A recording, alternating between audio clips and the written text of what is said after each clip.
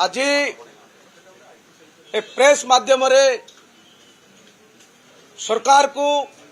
मु अवगत कराऊछु। आमे जेतेबेले विधानसभा आरंभ हैला सेही दिन टू ए चासी मानकर इश्यू विधानसभा रे आमे बारंबार उपस्थापन करिथिलु,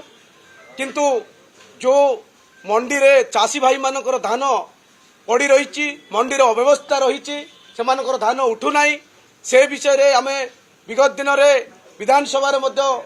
दाबी उपस्थापन करिथिलु। चासी भाई मानकर धान तुरंत उठाइबा पई आमे दाबी उपस्थापन करिथिलु, किंतु ए सरकार आज धान चासी भाई मानकर धान उठैला नाही, जा फल रे आज मालकानगिरी जिला अविभक्त कोरापुट जिले रे अदिनिया वर्षा लागी रही दीर्घ 4 दिन हेलानी लागी रही धान चासी मानकर धान मंडी रे पड़ी रही वर्षा हवा फल रे धान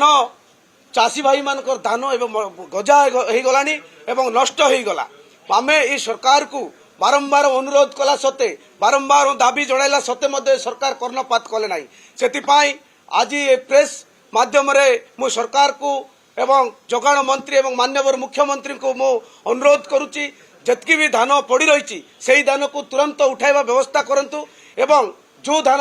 ये जो अदनिया वर्षा नष्ट होती मु विधानसभा क्वेश्चन करती दाबी उपस्थापन करी आउ विधानसभा में विरोधी दल हिसाब से आम दाबी उपस्थापन करूँ चाषी भाई मान धान उठाइबा ये सरकार कुंभकर्ण निद्रा रे सही चाषी मानकर कथा शुणुना इटी सबु प्रकार व्यवस्था चली से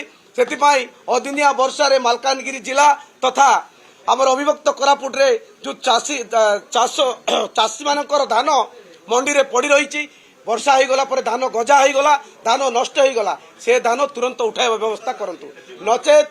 आगामी दिन रे आसंता 25 तारीख दिन मु आपनकर प्रेस माध्यम रे मु कहूची ए सरकार रो निदो भांगी देबु सेठी मालकानगिरी जिला संपूर्ण रास्ता रोक करिवु एवं संपूर्ण जिलापाल ऑफिस को अचल कर देबु। धन्यवाद, थैंक यू।